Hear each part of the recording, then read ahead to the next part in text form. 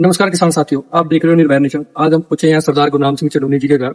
आप सबको पता है कि भारत और अमेरिका के बीच एक ट्रेड डील का प्रस्तावित हुआ है, जिसको लेकर वो ट्रेड डील काफी चर्चाओं में बनी हुई है। जहां सरकार उसके फायदे बता रही है, वहीं किसान नेता या कहो कि सभी किसान संगठन इस बात पर बड़ी चिंता जाहिर कर रहे हैं। ये ट्रेड डील किसानों के लिए फायदेमंद है या नुकसानदेह, इसके बारे में हम बात करेंगे सरदार गुरनाम सिंह चढ़ूनी जी के साथ। किसान साथियों, हमारे साथ हैं सरदार गुरनाम सिंह चढ़ूनी, जो किसान नेता हैं भारतीय किसान यूनियन चढ़ूनी से। तो आप इनसे हम पूछेंगे। प्रधान जी, सबसे पहले तो सत श्री अकाल। प्रधान जी, ट्रेड डील है क्या और इसमें आपको सबसे बड़ी चिंता क्या लग रही है?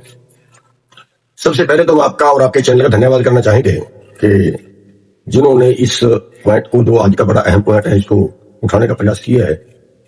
ये जो ट्रेड डील है, ये अमेरिका से एक व्यापार समझौता है। इसको एफटीए भी बोलते हैं, फ्री ट्रेड एग्रीमेंट। तो इसके तहत जो समझौता है वो ये है, जो जिसका डर है, जो मुख्य बात है कि भारत और अमेरिका के बीच एक समझौता हो रहा है और अमेरिका से जो भारत में सामान आएगा उसमें एग्रीकल्चर प्रोडक्ट शामिल है। अभी उसमें कुछ चीजों का नाम ले रहे हैं, जैसे कपास है, जैसे सोयाबीन है, या दूध है, या पोल्ट्री का सामान है, वो उसका अभी कर रहे हैं। लेकिन उस ट्रेड डील के अंदर एक शब्द जो खतरनाक शब्द है वो लिखा हुआ है, एग्रीकल्चर प्रोडक्ट। उसमें तो सब कुछ भी आ गया और वो आगे कुछ भी करे। जैसे इंग्लैंड ने शुरू के अंदर एक व्यापार शुरू किया और उसके बाद फिर वो उस व्यापार को बढ़ाता वो कब्जे कर गए। ठीक। और इसके अंदर अमेरिका द्वारा रखी गई शर्त ये है कि जो भारत से अमेरिका में कृषि उत्पाद आएगा उसमें भारत उस पर टैक्स नहीं लगा सकता। ठीक।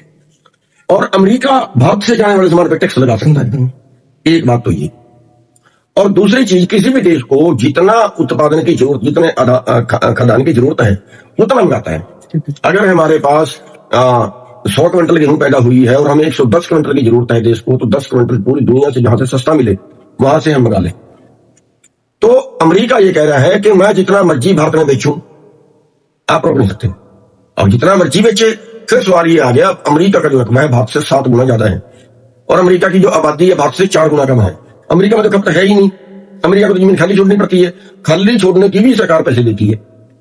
दूसरा, अमेरिका के अंदर जो है वो बड़े प्लॉट हैं। भारत के अंदर 18 एकड़ से ऊपर तो एक भी नहीं है और वहां 50,000 एकड़ का भी है। और तीसरा जो है वहां पे सब्सिडी बहुत ज्यादा है। 60 लाख रुपए प्रति किसान से 2 करोड़ रुपए प्रति किसान तक की सब्सिडी भारत में रहेगी। चौथा, भारत की जो कृषि है वो इनकी आजीविका है, उनका रोजगार है और कुछ ही। अमेरिका की जो खेती है वो उनका व्यापार है। तो अगर ये डील फाइनल हो जाती है, जिसपे अभी 23 तारीख को दस्तखत होने थे, किसानों ने प्रदर्शन किए तो वो रुक गए। अब अगले महीने की 25 तारीख या कब बता रहे हैं, उस पर साइन हो सकते हैं जुलाई में। तो अगर वो साइन हो गए तो भारत की खेती का तबाह होना तय है और भारत के किसानों के पास कोई रोजगार नहीं है। तो बस फिर इनका भूखमरी इनके जाएंगे जमीन बेचेंगे और फिर वो जमीन कंपनियां खरीदेंगी, फिर वो कंपनियां खेती करेंगी। जो पहले 3 कानून थे उनके अंदर खेती तो किसान करता, कंपनियां तो उसका व्यापार करती। लेकिन अब जो ये डील है, अगर ये लागू होगी तो फिर खेती भी कंपनियों के हाथ में जाएगी, किसान के पास न रहेगा बांस और न बजेगी की मात्रा। तो साथियों, लगभग जो ट्रेड डील है, जैसा अभी बात करके पता लगा, तो वो किसानों के लिए नुकसानदायक है। तो प्रधान जी, अगर भारतीय जो अमेरिका उत्पाद है वो भारत में आता है तो किन किसानों पर और किन फसलों पर इसका भारी नुकसान हमें देखने को मिलेगा? देखिए, इसका पूरे देश की जनता पर फर्क पड़ेगा। अब जहां तक किसानों का सवाल है, मान लिया अभी कह रहे हैं वो कपास आई, कपास भारत में अभी पीछे आई थी अमेरिका से, 3 दिन के अंदर 1100 रुपए डाउन आ गया था। और अभी एग्रीकल्चर यूनिवर्सिटी की हिसार की रिपोर्ट है कि आज भी हरियाणा में अगर एक किसान कपास पैदा करता है, 1 किला कपास पैदा करता है, तो 15,000 रुपये उसको घाटा है। उसके लेबर और खेत का ठेका अगर जोड़ दें तो 15,000 रुपये उसको घाटा है। अगर कपास वहां से आई तो भारत की कपास को पूछेगा कौन? एक बात। और दूसरा जो है, वहां से जीएम फसलें आई, जो जीएम फसलों पे यहाँ पाबंदी है, हमने बहुत देर से लड़ रहे हैं, उनको लागू नहीं होने दिया था। अब वो अमेरिका से आएंगे और उसके क्या क्या नुकसान होंगे, सेहत पे, आदमी के खाने वाले के क्या क्या नुकसान होंगे, ये इस पे कोई रिसर्च नहीं है, भविष्य का कभी नहीं। तीसरा, इसका नुकसान ये होगा कि जब भारत का किसान जमीन बेचने को मजबूर होगा तो बड़ी कंपनियां जमीन खरीदेंगी।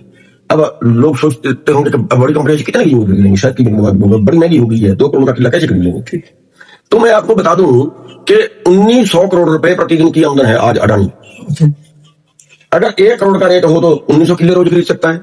अगर 2 करोड़ का रेट हो जाए तो वो 1000 किला रोज खरीद सकता है। और अभी तो यहाँ पे बहुत सी महत्वपूर्ण जगह है जहाँ पे बहुत कम रेट है। तो पूरा कब्जा जो है जब उनके पास चला जाएगा तो फिर जैसे रिलायंस ने शुरू में फोन फ्री किया, बाद में उसका रेट बढ़ाते गए, दूसरी कंपनियों को मार दिया, इसी तरह से जब किसान मर जाएगा तो फिर यही आपको जो भोजन है यही आपको 4 गुना रेटों में मिलेगा। ब्लैक करेंगे क्योंकि खाना तो हर आदमी के लिए जरूरी है ही। खाना तो बिल्कुल वो कुछ भी उसके ऊपर शर्त मानेगा, कुछ भी उसके लिए बेचेगा, झुकेगा, खाना तो खाना ही पड़ेगा, कितना महंगा मिले खरीदना पड़ेगा। तो वो जो स्थिति आएगी आप 14-15 में देखें, पूरे देश की दाल 7-8 कंपनियों ने खरीद के रख ली थी और 50 रुपए में खरीद के 200 रुपए में बेची थी। ये हाल होगा। तो लगभग सभी के लिए चिंता का कारण है ये, पूरे देश के लिए। ठीक। प्रधानमंत्री, सरकार तो एक तरफ दावा कर रही है कि इस ट्रेड डील से देश की अर्थव्यवस्था का फायदा होगा। क्या उस अर्थव्यवस्था में किसानों को अनदेखा कर रही है सरकार? इस पे आपका क्या कहना है? गुमराह कर रहे हैं, गुमराह कर और झूठ बोल रहे हैं। और इससे बड़ा पाप नहीं होता कि देश को गुमराह करके देश को बेच दिया। ये बेचने का अधिकार किसी राजनेता को नहीं होता। सरकारें देश चलाने के लिए, देश को ठीक रखने के लिए बढ़ती हैं, बेचने का अधिकार किसी के पास नहीं होता। और इससे तो जो है वो भारत को अमेरिका के पास बेच रहे हैं। अब अर्थव्यवस्था का वो कह रहे हैं फायदा होगा, वहां से करीब 45 या अब तो डॉलर का रेट और बढ़ गया है, 46-47 लाख करोड़ रुपए का माल भारत में आएगा। यानी भारत के खजाने से 46-47 लाख करोड़ निकल के अमेरिका में मिल जाएगा। ठीक। या आप मोटा सा मैं उदाहरण बता दो कि भारत खाद्य तेल बाहर से मंगाता है। जब भारत खाद्य तेल बाहर से नहीं मंगाता था तो हम अपनी जरूरत का 97% तेल पूरा कर रहे थे, और वो भारत का पैसा भारत में रहता। किसान की जेब से निकल के मजदूर की जेब में चला गया, मजदूर की जेब से निकल के दुकानदार की जेब में चला गया, दुकानदार की जेब से निकल के फैक्ट्री की जेब में चला गया। अर्थव्यवस्था वो है कि वहीं का वहीं पैसा घूम रहा है, वो भारत का पैसा भारत में घूम रहा है। जब का इन्होंने बाहर से मंगाना शुरू किया, पाम ऑयल अभी बाहर से आ रहा है, तो अभी 1 लाख करोड़ रुपया का पाम ऑयल बाहर से खरीद रहे हैं, जो भारत के खजाने से पैसा निकल के विदेश के खजाने में जा रहा है। अब ये कह रहे हैं विदेशी मुद्रा खत्म होगी, अब ये कह रहे हैं आर्थिक तंगी आ गई। 1 लाख करोड़ तो खाली खाने वाले तेल में, तो उससे अर्थव्यवस्था सुधरी है कि बिगड़ी है? बिगड़ी है। तो ये गुमराह कर रहे हैं देश को। और जिस तरह से अमेरिका कब्जा कर रहा है, सारे मरेंगे। अब आप देखिए अमेरिका का कौन सा शहर ऐसा जिसमें अमेरिका के मॉल नहीं खुल गए, ये दुकान वाले ही मरेंगे। यहां तक हो गया है कि उनको पाल रहे हैं, अपने को दबा रहे हैं। अब आप जीडी रोड पे देखें कि जितने पेट्रोल पंप हैं, होटल हैं, ढाबे हैं, सबको सील कर दिया गया, सबके आगे दीवारें कर दी गई कि वहां से सड़क पे रास्ता नहीं है। और एक मॉल खुला है ग्राउंडा के पास, वहां 3 मॉल है उस जगह पे, 3 अमेरिका के हैं, वहां पे सड़क में स्पेशल कर दी गई है। तो ये सरकार अमेरिका की कंपनियों को पाल रही है और अपने देश के लोगों को मार रही है। अब मैं एक दिन के एमपी पे जो रेस्ट एरिया, क्योंकि वहां ये जो हाईवे निकल रहे हैं, इन पे लोकल आदमी तो कमा ही नहीं सकता, सारा पैसा कंपनी कमाएगी, चाय की कंपनी होगी। तो मैं वहां रेस्ट एरिया में रुकी चाय पीने के लिए, और वो जो मीनू वाली टप्पी आई मेरे सामने, तो उस पर देखा वो चाय वाली कंपनी अमेरिका की, 2 साल पहले की बात बता रहा हूँ, चाय वाली कंपनी अमेरिका की है। चाय का कप 35 रुपए का है। अगर मैंने 1 कप चाय का पिया तो मेरी जेब से 35 रुपए निकले, अमेरिका की जेब में चले गए। ये अर्थव्यवस्था सुधार रहे हैं, बेड़ा गर्क कर रहे हैं, और ऊपर से गुमराह करते हैं देश को। तो कुल मिला के सरकार गुमराह कर रही है, इससे अर्थव्यवस्था का फायदा क्या होना, हालांकि नुकसान ही हो रहा है। जब कोई भी परिवार है, अगर उसके घर से पैसा निकल के किसी दूसरे के घर में जाएगा तो उसको तो नुकसान होगा। अर्थव्यवस्था कैसे सुधरेगी उससे, ये हमें समझाया तो है नहीं आज तक, कैसे सुधरेगी, क्या पर होता है।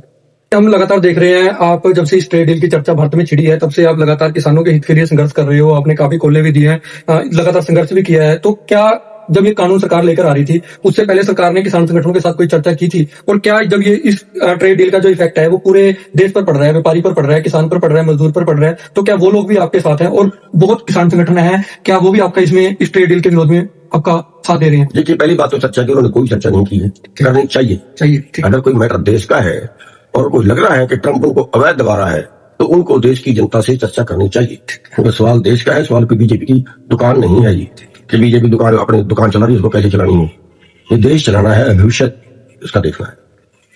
और अब रही बात दूसरे वर्गों की कि वो लगे हैं कि नहीं लगे हैं, तो अभी तक तो लोगों को विचारों को ज्ञान नहीं है, वो बात फैली नहीं है। इसलिए नहीं फैली है कि जो हमारा मीडिया है, जिसको हम लोकतंत्र का चौथा स्तंभ कहते हैं, उनको ये बातें उठानी चाहिए। जनता का मैटर नहीं होता, या तो विपक्ष का मैटर होता है या मीडिया का मैटर होता है। अब मीडिया ने वो उठाई नहीं, उठाएंगे कैसे? क्योंकि मीडिया तो कमाई कर रहा है उनसे, सरकार से। आप पूछो कैसे कमाई कर रहा है? अब अडानी के चैनल हैं, ठीक है, अंबानी के चैनल हैं, कितना कितना उनका माफ हो गया है। अब मान लिया सुभाष चंद्र के चंदन है 150, सुभाष चंद्र का 5,000 करोड़ तो एक बैंक ने माफ किया और कईयों ने किया इतना, तो वो तो सरकार की बात करेंगे, हमारी बात तो उठाएंगे नहीं। अगर कोई उठाने लगा यूट्यूब पे आप जैसा कोई और, उसके तो चैनल ही बंद कर दिया, बैन कर देते हैं इंडिया में हमारी। अगर कोई अब मेरा पेज था वो जितना आंदोलन में चलता था उसके 10% भी नहीं बचे। इनका जो IT सेल है वो स्ट्राइक डालने शुरू कर देता है। तो इसमें प्रधान जी जो ये किसान संगठन है और वो आपका कितना सहयोग कर रहे हैं, और विपक्ष आपको कितना सहयोग कर रहा है, या विपक्ष कहीं आवाज उठाता आपको दिख रहा है, या ये कहेंगे कि जहां सरकार देश को गुमराह कर रही है वहां विपक्ष भी सो रहा है? देखिए बिल्कुल सो रहा है, विपक्ष को बोलना चाहिए, और हम आपके माध्यम से विपक्ष को भी कहते हैं कि आप भी एकजुट होकर इसके विरुद्ध लड़े। सवाल देश को बचाने का है। अगर सरकार देश को बेचती है तो अपोजिशन का फर्ज तो रोकना है ना, तो उनका फर्ज चुप करना नहीं है, या हमको भी बुलाई जाए। तो दूसरा जो है, एक तो कारपोरेट जो है सारी राजनीतिक पार्टियों को पटा के रखता है, ठीक, ओके, पैसे देते हैं बिल्कुल। और दूसरा जो है, इसके लिए हमने अभी 25 तारीख को मीटिंग बुलाई थी देश के सारे किसान संगठनों की, तो इस पे सारे लड़ने के लिए तो तैयार हैं। और अभी 1 तारीख को फिर मीटिंग है, उसमें लड़ाई का रूप फाइनल हो जाएगा, और जो है इस पे बड़ा आंदोलन होगा, और फिर उसमें हम दूसरे वर्गों को भी कहेंगे कि वो भी साथ में आए किसान का। ठीक है, तो सीधा देखें तो एक किसान एक बड़ा आंदोलन करने के लिए दोबारा तैयार है, और इस ट्रेड डील को किसी भी तरह से एक्सेप्ट नहीं किया जाएगा। या आपकी सरकार से कोई मीटिंग होती है, उच्च अधिकारियों से कोई मीटिंग होती है, या उसमें कुछ मुख्य मांगे हैं जिनको लेकर आप? नहीं, मुख्यमंत्री का ट्रेड डील तो किसी हाल बर्दाश्त है ही नहीं, रद्द ही एक डिमांड है हमारी, रद्द ही एक डिमांड है उसकी, तो उसका दूसरा कोई है ही नहीं क्वेश्चन। ठीक है, जो हमारा आंदोलन अमेरिका बार बार कह रहा है भारत ने मेरे से अब तक कमाया, मैं भारत से कमाऊंगा, ठीक है, इसका मतलब गरीबों को और मारेगा। तो साथियों, जहां सरकार इस बात पे कोई चर्चा नहीं कर रही है और चुप्पी धार के बैठी है, वहीं सरदार गुरनाम सिंह चन्नू जो हमारे साथ थे लगातार संघर्ष कर रहे हैं इस डील को लेकर, जिस डील से आपको अभी बताया भी है विद पॉइंट कि कहां किसान को, कहां व्यापारी को, कहां जो मध्य वर्ग के लोग हैं उनको नुकसान हो रहा है, और किसे ये पूरे देश को प्रभावित करेगी, कैसे हमारे देश को जो सरकार है वो अमेरिका के हाथों में सौंपने जा रही है, या कहो कि पूंजीपतियों के हाथ में सौंपने जा रही है। तो आप सबको भी हमारी तरफ से निवेदन है कि बढ़ चढ़कर इस आंदोलन में या इस चर्चा में अपना सहयोग डालें, ज्यादा से ज्यादा वीडियो को शेयर करें। और 1 तारीख को जो मीटिंग है वो कहां पर है प्रधान जी? वो चंडीगढ़ में रखी है, किसान भवन सेक्टर में। 1 तारीख को किसान भवन चंडीगढ़ में पहुंचे, वहां पर अपने विचार भी रखें और राय सुने, जो जितने वहां किसान संगठन आएंगे सबकी, और मिलकर अपना भी सहयोग दें। इस वीडियो को ज्यादा से ज्यादा शेयर करें। धन्यवाद साथियों।